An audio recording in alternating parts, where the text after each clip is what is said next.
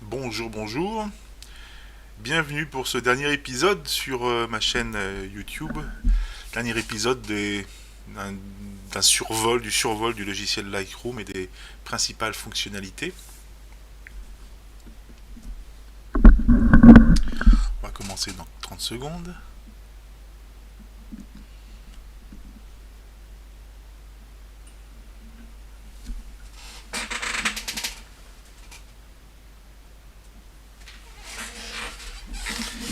Mon siège grince. Bien, alors nous allons commencer par ouvrir Lightroom.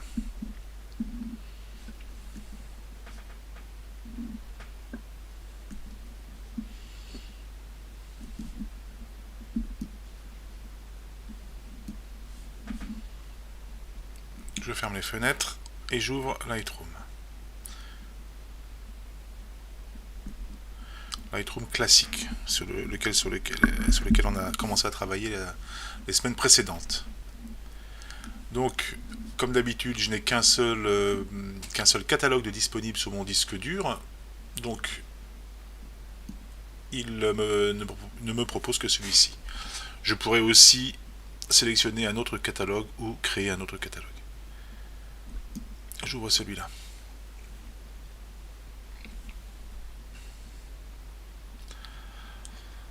Bon, alors on se retrouve sur le module développement qu'on a vu la fois dernière, qui est le menu des retouches de Lightroom, hein, avec toutes les fonctionnalités de retouches localisées, les outils localisés ici, diverses fenêtres d'information, de navigation ici à gauche, les dossiers, les collections. Alors, une fois qu'on a fait nos photos, une fois qu'on a fait nos retouches, j'ai succinctement retouché les photos du bas pour avoir une petite sélection que j'ai mis dans une collection que j'ai appelée 16 mai, ici, avec la petite croix, qui est donc une collection cible. Mais ça n'a pas trop d'importance pour ce qu'on va faire maintenant. Donc cette collection 16 mai, c'est celle avec laquelle on va travailler aujourd'hui.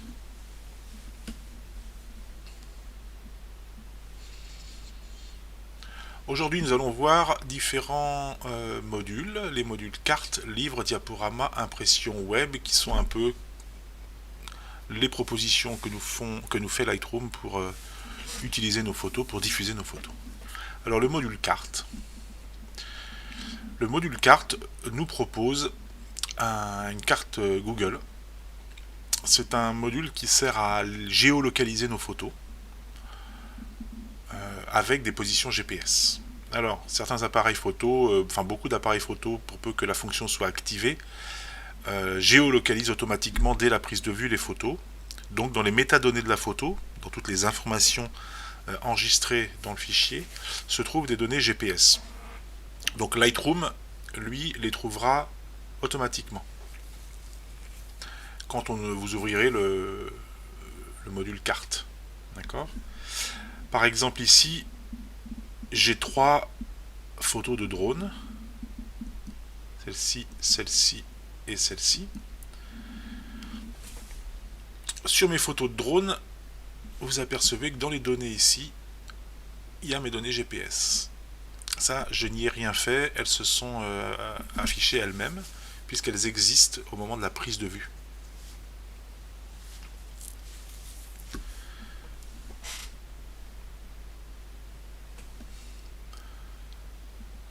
Il y a aussi les données d'élévation du terrain. Donc tout ça c'est en fonction évidemment de la carte de la carte Google, hein, par exemple l'élévation. Là c'est le nom de la photo, la date de la prise de vue, date heure d'origine. Voilà. Donc elle se trouve ici et donc on voit sur la carte que mes photos sont ici sur la carte. Alors en cliquant sur le petit onglet, on peut naviguer sur les 3 photos qui figurent à cet endroit-là. D'accord ? 1, 2, 3. J'ai mes 4 alors. Ça c'est les 3 photos qui se trouvent ici. Alors je sais pas honnêtement à quoi ça sert. enfin ça sert forcément à quelque chose. Probablement que vous pouvez voilà, localiser vos photos si vous avez une mémoire plus visuelle, je sais pas, sur des lieux. D'abord, vous vous souvenez des lieux dans lesquels vous avez photographié. Peut-être que vous pouvez rechercher sur la carte euh, les lieux ou de vos passages photographiques. Alors ça peut être utile parfois. Je sais pas exactement à quoi. Mais voilà, ça donne. Alors j'espère que ces données vont pas chez Google évidemment. Alors je peux regarder par exemple cette photo là.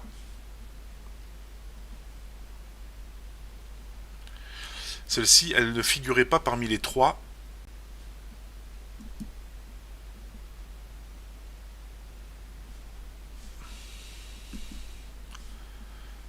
parce qu'elle n'a pas de code GPS. Et en plus, elle n'a pas été prise au même endroit. Donc si je me souviens bien, cette photo a été prise près de la Vistule de l'autre côté du parc Praski. Donc évidemment, si vous n'avez pas de carte, si vous n'avez pas de données de géolocalisation, vous pouvez le faire vous-même. Alors vous allez chercher sur la carte l'endroit. Donc moi je vais aller chercher sur ma carte l'endroit de prise de photo. Donc je pense que c'était ici, parc Praski.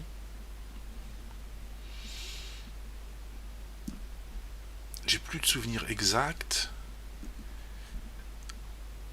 Je vois bien ces bâtiments ici, mais c'est pas un souvenir très précis.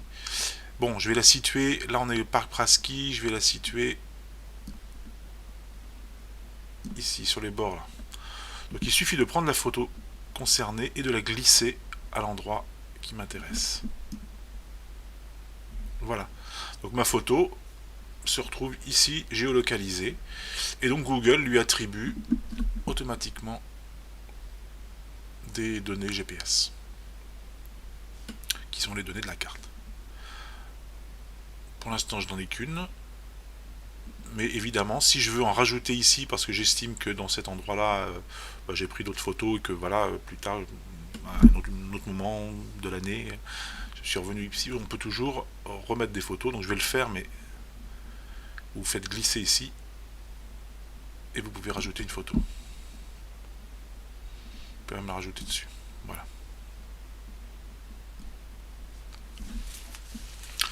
Donc voilà, maintenant j'ai deux photos dans cet endroit-là et je navigue. Alors évidemment c'est faux parce que cette photo-là ne s'y trouve pas. Ok.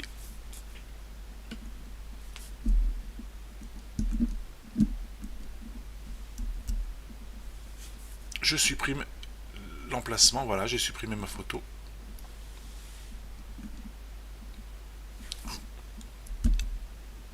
Voilà, je peux supprimer. Donc voilà, ça c'est le menu carte. Vous pouvez évidemment créer vos propres emplacements, faire des collections.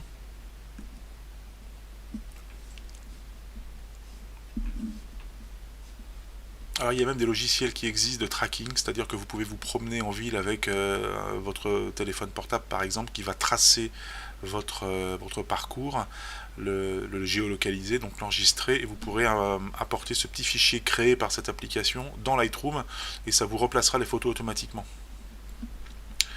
Mais me demandez pas comment ça fonctionne parce que je ne m'en sers jamais. Voilà. Donc là vous avez la possibilité d'afficher les cartes en traditionnel, en uniquement satellite, sans les noms, sans rien, avec des élévations et en visualisation claire ou foncée. Bon, j'aime bien hybride moi. Voilà. Donc vous pouvez déplacer. Alors on va voir que cette photo, je vais en replacer une, laquelle, celle-ci par exemple, plutôt celle-ci, parce que l'autre c'est un travail que j'avais fait. Alors celle-ci, si je vais dans le module carte, elle n'a pas de coordonnées GPS, donc je vais lui en donner. Donc je vais retourner à l'endroit où ça a été pris. Ça, je me souviens très bien, c'est à côté de chez moi. Alors, ça a été pris exactement là. C'est ce bâtiment ici qui a été détruit et qui est reconstruit. Donc là, la photo, je l'ai prise ici.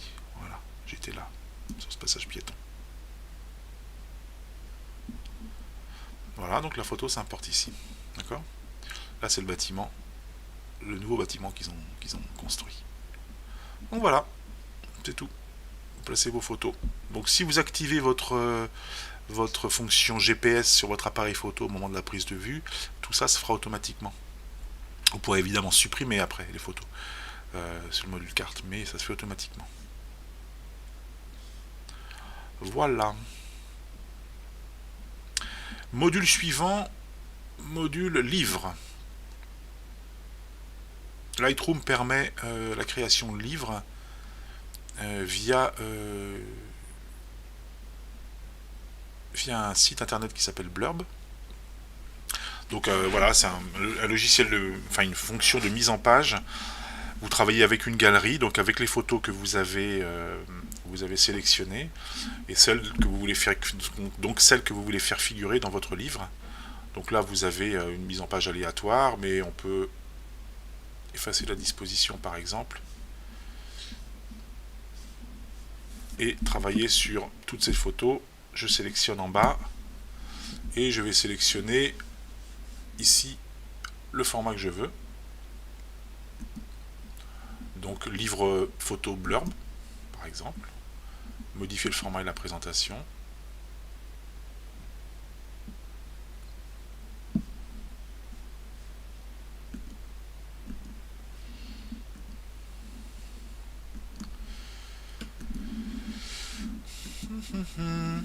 Et là, je sais pas pourquoi, c'est comme ça marchait tout à l'heure, évidemment, et là, ça ne marche plus. Alors, j'ai un petit souci technique, c'est très très bizarre, il n'y a quand même pas grand chose à faire normalement. Voilà. Donc voilà, vous avez là, vous avez des dispositions automatiques, vous avez tout un tas de réglages. Tout d'abord, vous avez le format de livre, la taille que vous voulez choisir, la couverture rigide, souple, type de papier premium. Je crois même que le site Blurb permet de vous envoyer des échantillons de papier si vous voulez. Est-ce que vous voulez rajouter un logo ou pas? Donc le logo de la... Enfin, est-ce que vous voulez laisser le logo Blurb? Donc ça vous réduit le prix. Donc là, il y a le prix estimé. Donc là, vous pouvez aller sur le site internet pour en savoir plus. Donc là, la disposition. Là, vous voyez, ça bouge pas parce qu'il faut rafraîchir à chaque fois, mais les différentes possibilités de diffusion, de disposition, pardon, les numéros de page, afficher les repères, c'est aussi les repères de sécurité, chaque cellule, le texte si vous voulez rajouter du texte. Ben voilà, c'est la création de livres. Vous créez votre livre avec le serveur. Alors vous pouvez l'envoyer directement sur le serveur. Ou alors vous pouvez l'exporter au format PDF. Donc ça sera un fichier PDF que vous garderez sur votre ordinateur. On peut faire l'essai par exemple. Je vais l'enregistrer sous test livre. Et je vais le mettre dans image. Et j'enregistre. On va voir sous quelle forme ça sort.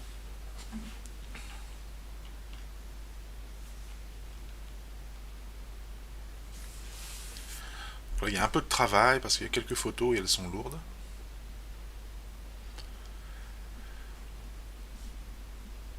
Ou alors vous avez la possibilité de passer par un logiciel que vous pouvez télécharger sur le site.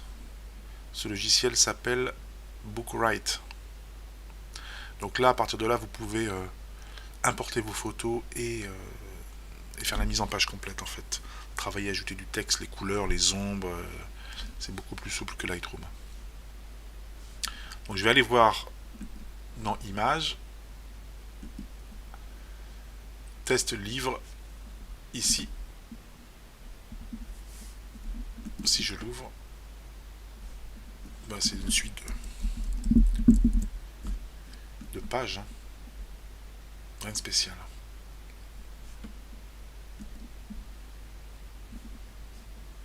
Voilà.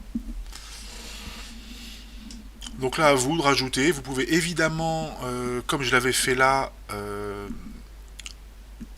sur cette photo, travailler sur Photoshop, par exemple, vous remettre dans le module développement, travailler votre photo.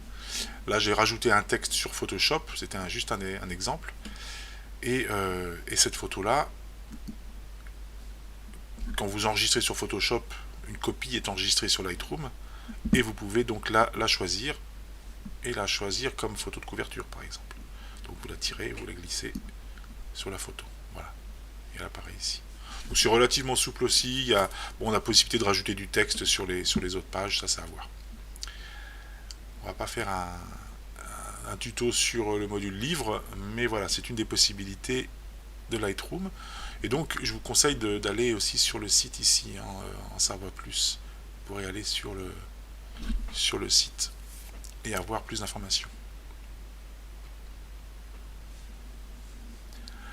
Passons au module suivant, module diaporama.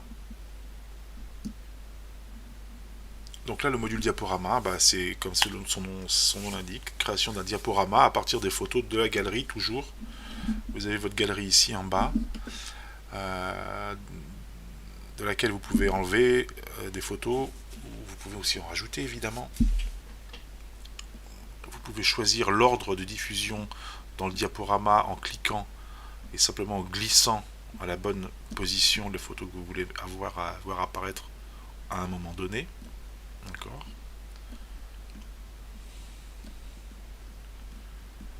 Hop. Il faut que je remette sur le diaporama. Voilà. On va essayer de varier les types de photos. Donc là c'est pareil, diaporama, vous n'avez pas beaucoup de possibilités ici.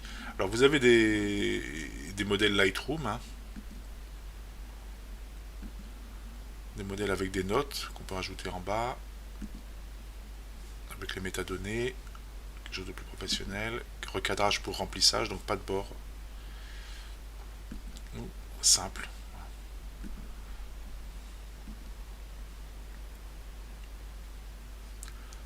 Alors après vous pouvez créer moi j'en ai pas créé, mais vous pouvez créer vos modèles de diaporama aussi. C'est chronophage mais ça se fait. Et vous pouvez enregistrer votre diaporama ici. Voilà, donc pour chaque photo, pour chaque page, chaque photo, vous avez la possibilité de modifier l'ombre, le contour, voilà, donc l'ombre portée ici. Vous voyez. Les contours du cadre, qui ici sont blancs, mais bon voilà, on peut changer la couleur par exemple. Je vais mettre un beau orange dont je vais augmenter l'épaisseur. Voilà, on peut rajouter. Donc là les repères aussi, donc là c'est tout ce qui est la place de l'image dans le cadre. Hein. Voilà. Dégradé de couleur pour le fond, donc ça c'est pour l'arrière-plan qui est gris. Si vous voulez plutôt qu'un fond, vous pouvez rajouter une image d'arrière-plan. Par exemple, si je réduis la photo ici, je vais rajouter une image, je vais prendre celle-là. Voilà, donc j'ai une image, la même, hein, en arrière-plan et...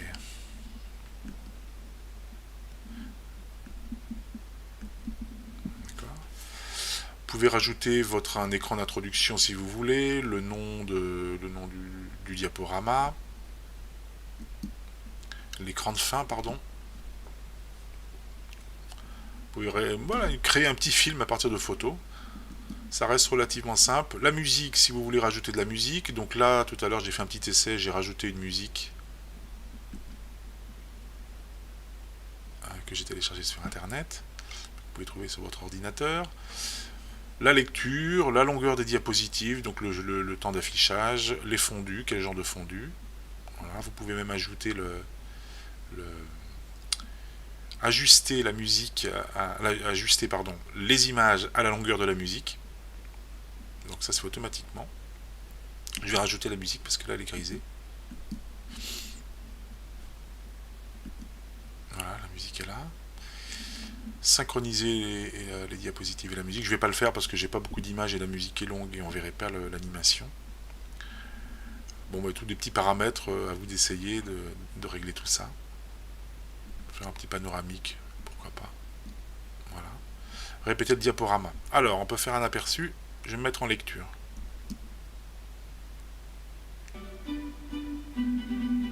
Donc là, vous voyez, il y a un petit panoramique. Alors, j'ai accentué les effets, évidemment, de transition qui sont très longs. Le cadre qui est trop épais. Mais bon, voilà, c'est l'idée.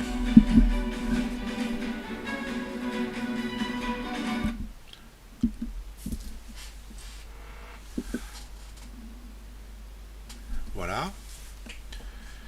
Alors, ce diaporama, vous avez deux possibilités. Soit vous l'exportez en PDF, comme on a vu tout à l'heure. Donc, je vais l'exporter. Test diapo. Ça, c'est bien si vous voulez l'envoyer par mail.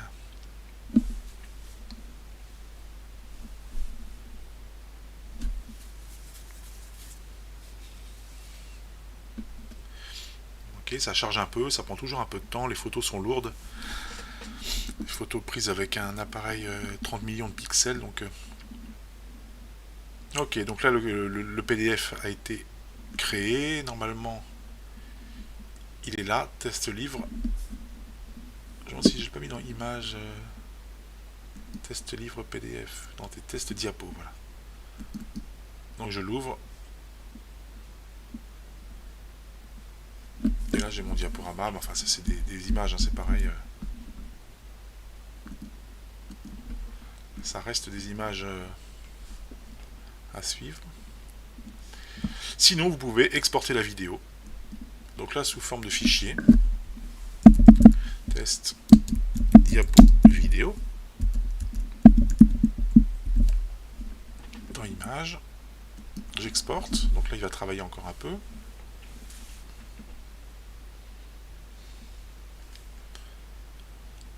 Peu de patience. Donc là je vous laisse hein, évidemment si vous avez l'occasion de travailler sur Lightroom, de parcourir tous ces réglages. Il n'y a que vous qui saurez, qui apprendrez en bidouillant vous-même les petits curseurs. Vous allez voir ce que ça fait.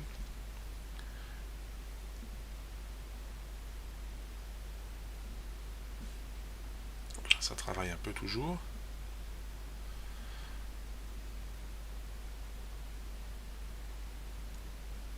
J'imagine qu'il existe aussi des modèles que vous pouvez télécharger, évidemment, des modèles préexistants que vous pourrez télécharger. Ceux qui sont présents ici sur cette version de Lightroom sont des modèles assez basiques, hein, de transition simple entre les photos. Attendons un peu.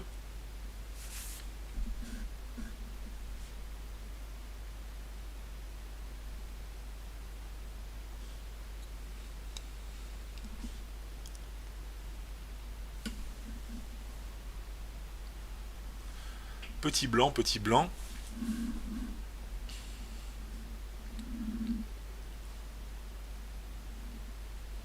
Ce qui est bien, ce qui est facile à partir de cet onglet diaporama, c'est que vous pouvez aussi naviguer dans plusieurs collections pour ajouter les photos que vous voulez, quoi. Donc vous pouvez déjà préparer tout un tas de diaporamas sous forme de collection. Et ensuite, une fois dans le modèle diaporama, vous passez de l'une à l'autre. Et pour enregistrer, pour envoyer très vite, quoi. Ça peut... diaporama des enfants, le diaporama des parents, le diaporama de paysage, le diaporama de campagne, de ville. Enfin voilà, il peut y avoir toutes les thématiques que vous souhaitez.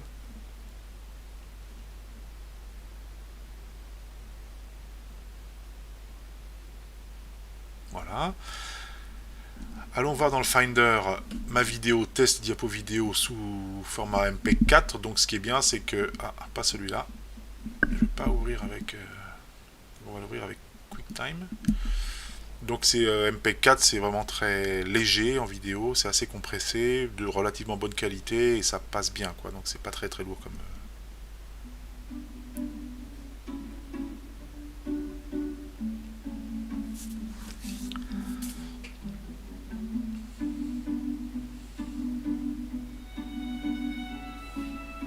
Voilà.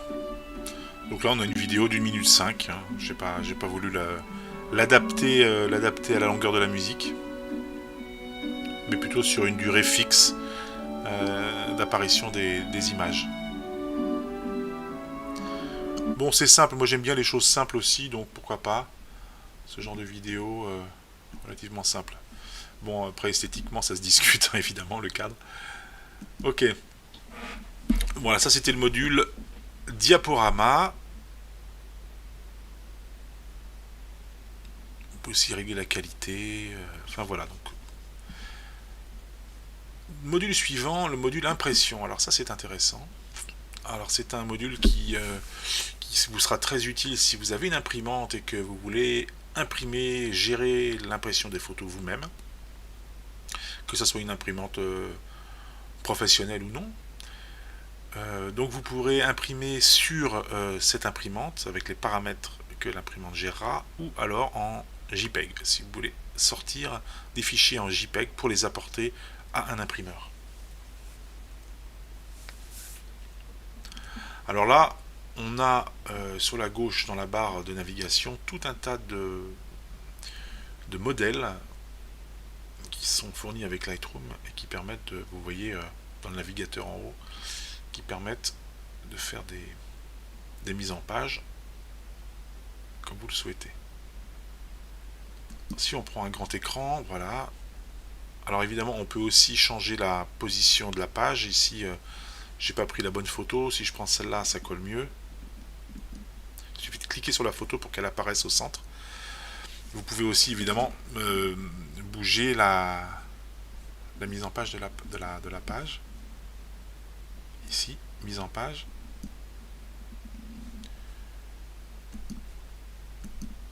Voilà. Et là, je peux mettre une photo de paysage, par exemple. Donc là, vous choisissez ce que vous voulez, les photos que vous voulez imprimer. Alors, vous pouvez faire un montage, une composition, une planche contact, par exemple.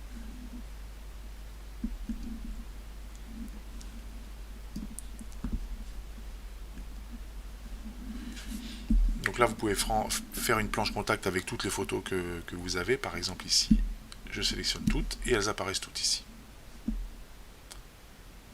Enfin, il y en a deux qui n'apparaissent pas. Je vais choisir plutôt ma collection, pas la collection retouche, mais la collection 16 mai, voilà, qui était plus fournie. Voilà, donc là j'ai toutes mes photos. Il suffit de toutes les sélectionner, elles apparaissent toutes en grille avec le nom des fichiers. Tout ça. Donc ça peut être aussi très sympa pour envoyer à des clients pour qu'ils puissent faire leur choix. Donc vous pouvez imprimer ces photos là en JPEG, les envoyer par mail et leur demander de faire une sélection et vous imprimerez la photo choisie. Bon, alors là il y a plein de modèles, hein, vous voyez ici à gauche, modèle paysage. Vous pouvez créer vos propres modèles évidemment. Alors on va fermer ça. Toujours notre navigateur de collection. Ici vous avez trois styles de disposition principaux. Donc une seule image ou une planche contact. D'accord. Là, une collection d'images. Donc là, la seule image, c'est ce qu'on avait ici, par exemple. Ou donc une planche contact qui va coller. Collection d'images. Donc là, vous avez la même photo qui se multiplie sur la page et qui se remplit automatiquement.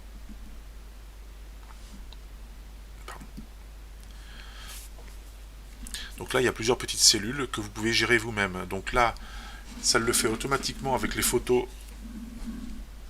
ça sélectionne pas toutes les photos, ça sélectionne une seule photo, hein. C'est-à-dire que si j'en sélectionne une, elle se multiplie et elle se met en page en fonction de la disposition.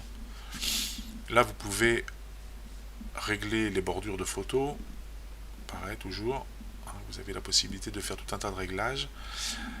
Les cellules, vous pouvez toujours, même si c'est un modèle prédéfini, changer la taille des cellules. Là, vous en rajoutez une à chaque fois. Si vous en rajoutez une autre ici, hop, une autre qui se rajoute. Manuellement, vous pouvez la diminuer, vous pouvez la déplacer, vous pouvez même, voilà, toucher à l'intérieur le masque.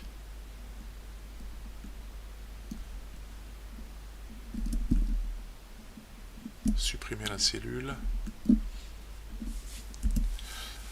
Donc ça peut être bien pour envoyer, voilà, des photos de classe par exemple, avec une photo générale, une photo de portrait, des photos de taille d'identité, voilà, toutes sortes de choses. Alors, je vais effacer ça. Je vais rajouter une cellule comme ça, une cellule plus grande, vous voyez, une cellule prédéfinie.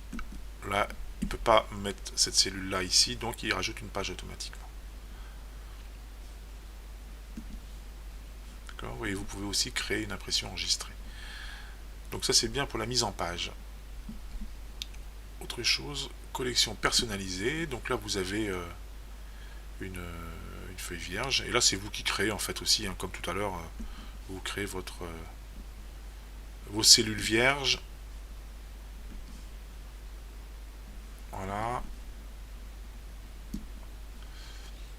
Vous les rajoutez, puis après, si vous voulez glisser une photo, n'importe laquelle, ici, bah, vous prenez une photo, vous la glissez dedans.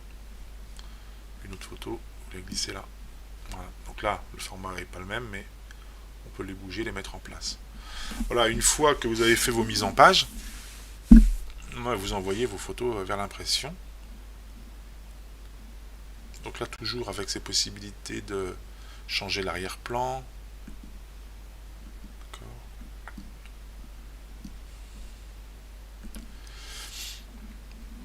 L'application d'un filigrane, donc si vous voulez mettre votre signature ici quelque part. Donc là, ça peut être aussi, professionnellement, ça peut être intéressant pour des photos de bah oui, par exemple ça, de bâtiments, d'architecture, d'avoir une multitude de photos sur un document, sans avoir à faire de la mise en page sur un logiciel de mise en page. Alors là, voyez, au niveau de l'impression, une fois que vous avez réglé tous les détails de ce qui se figurera sur la photo, vous envoyez votre photo soit à l'imprimante. Donc là, vous réglez la résolution d'impression, la netteté, le brillant, enfin la sortie 16 bits ou pas, ça en fonction de votre photo d'origine. La gestion des couleurs, donc par exemple le profil là est géré par l'imprimante. Bon là, j'ai pas d'imprimante connectée, donc il n'indique rien. Les réglages d'impression, ben là vous pouvez les laisser dérégler, enfin décocher, pardon. Vous voyez qu'ici, lors de la sélection gérée par l'imprimante, pensez à activer la gestion de couleurs dans la boîte de dialogue d'impression. Okay.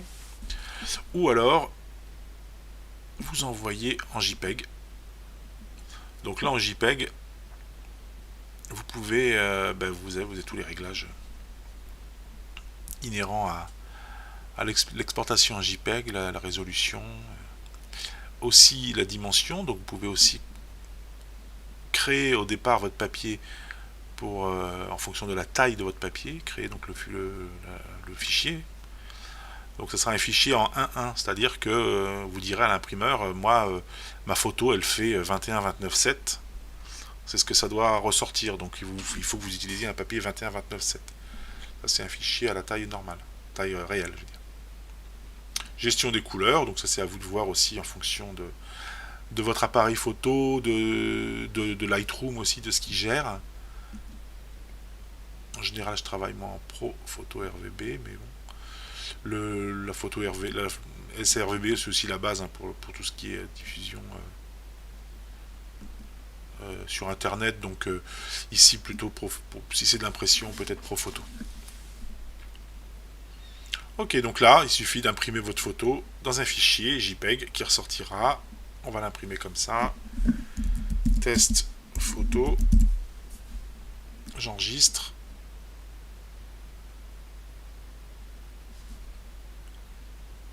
Ça, normalement, on me l'a mis dans Images. Test photo, voilà, ma photo JPEG est sortie. Et elle est au format à quelque chose près. 21-29-7. À quelque chose près. Elle est peut-être un peu plus grande même. Bien. Voilà, donc là vous mettez en page vos projets photographiques, les photos de famille, les choses comme ça, pour une impression unique ou sur la taille de papier que vous souhaitez. Si vous voulez des photos 10-15, vous préparez vos photos 10-15 en choisissant la taille du papier. Voilà. Ou alors une grande feuille, comme ici, avec plusieurs formats que vous pourrez découper après pour les envoyer, les partager. Ok, ça c'est le module impression. Ensuite, le module web, dernier module, qui est un module qui permet de créer des galeries que vous allez intégrer à votre site internet. Donc là, on se trouve toujours sur la gauche avec des modèles classiques différents de galeries. D'accord.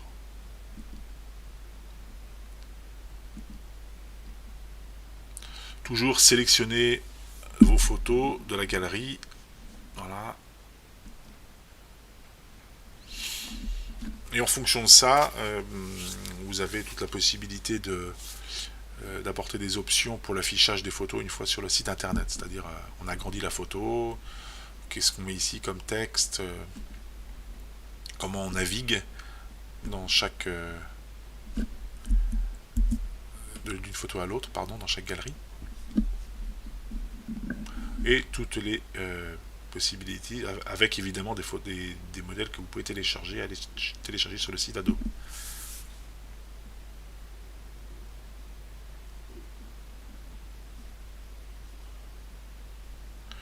Voilà, des photos peut-être un peu plus modernes. Toujours on clique dessus, on a un aperçu. Voilà, donc ça c'est vraiment pour l'intégration à vos sites internet de galeries simples, élégantes. Galerie classique, galerie carrée, galerie en grille.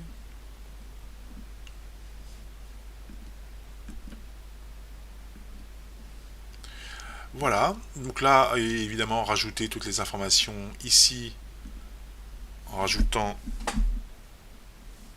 je me teste, hein. Voilà, ou en cliquant ici directement mes photos, voilà, et toutes les informations que vous voulez faire figurer sur vos galeries. Ensuite, c'est là que ça se complique, c'est qu'il faut intégrer, donc là, encore une fois, toutes les possibilités de couleurs, hein, je sais pas ce que j'ai modifié là, mais toutes les possibilités de modification de couleurs et de mise en page. Là, en choisissant le nombre de cases, si vous voulez rajouter des photos à la main. Voilà, une fois que vous avez fait votre mise en page, que vous avez fait vos réglages, vous pouvez donc intégrer la galerie dans votre site internet. Donc là, il faut aller sur votre serveur FTP, chercher où se trouve votre site internet et où vous allez le mettre dans l'arborescence. Mais ça, moi je m'y connais pas. Il faut laisser faire votre webmaster.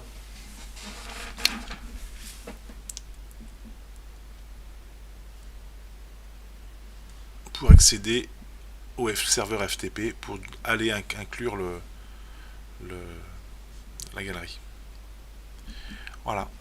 Donc là, vous faites autant de galeries que vous voulez directement à partir de Lightroom. Donc là, on exporte ou on télécharge. Donc là, on exporte la galerie dans Images. Galerie.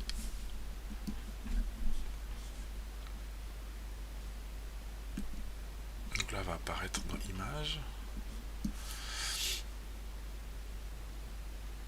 Test galerie. Donc là, j'ai vraiment des dossiers, des ressources pour la mise en page. Il ne s'agit pas d'un fichier, mais toutes les données à intégrer à votre site internet. Télécharger. Donc là, c'est il faut aller directement dans le FTP en fait. Ça va téléverser. Là, moi, je suis pas du tout à jour là-dessus, donc ça fonctionnera pas. Voilà, les galeries. Alors évidemment, vous pouvez mettre en page un peu mieux que ça.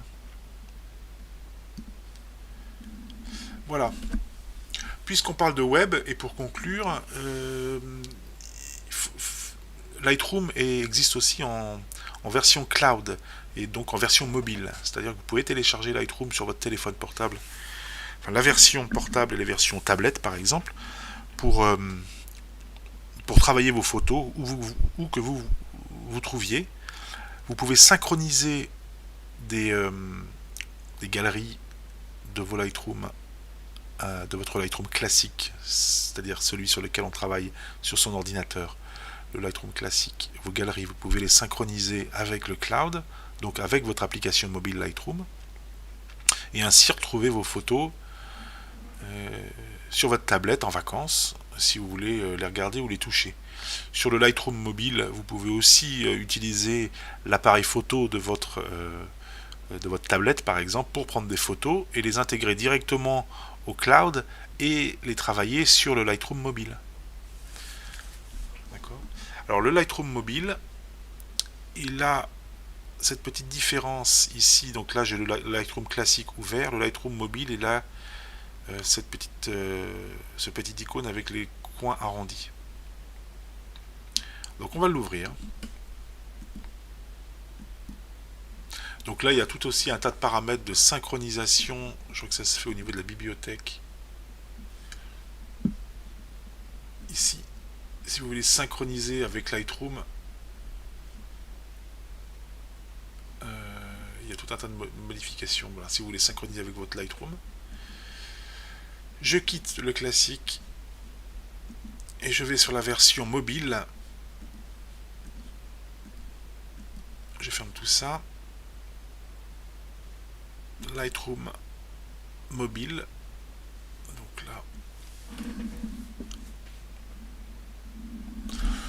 Donc là, c'est tout un tas de photos, moi, qui sont sur mon cloud, qui sont des photos différentes. On retrouve une interface un peu différente. C'est moins complet évidemment pour les classements, mais vous retrouverez ici des fonctionnalités un peu similaires au Lightroom classique.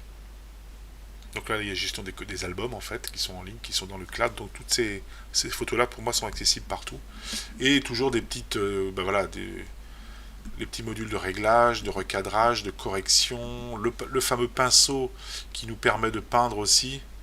Par exemple, je vais baisser l'exposition, vous voyez. Toujours avec ce petit point bleu qui permet d'effacer la modification. Donc voilà, ça c'est le Lightroom en ligne que vous pouvez trouver, qui est gratuit à partir du moment où vous vous abonnez à la suite Adobe par exemple. Si vous prenez une option chez Adobe Lightroom Photoshop, vous aurez le classique automatiquement. Voilà.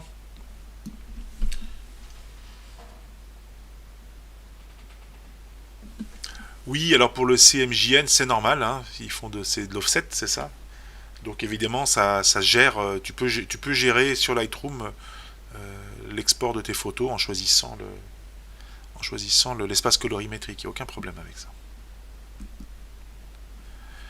Voilà, je vous remercie de m'avoir suivi pour ce dernier épisode. J'espère que ça vous a plu. J'espère que vous avez appris 2-3 choses. Si vous souhaitez me contacter, n'hésitez pas à m'envoyer un petit message. Merci à tous et à très bientôt.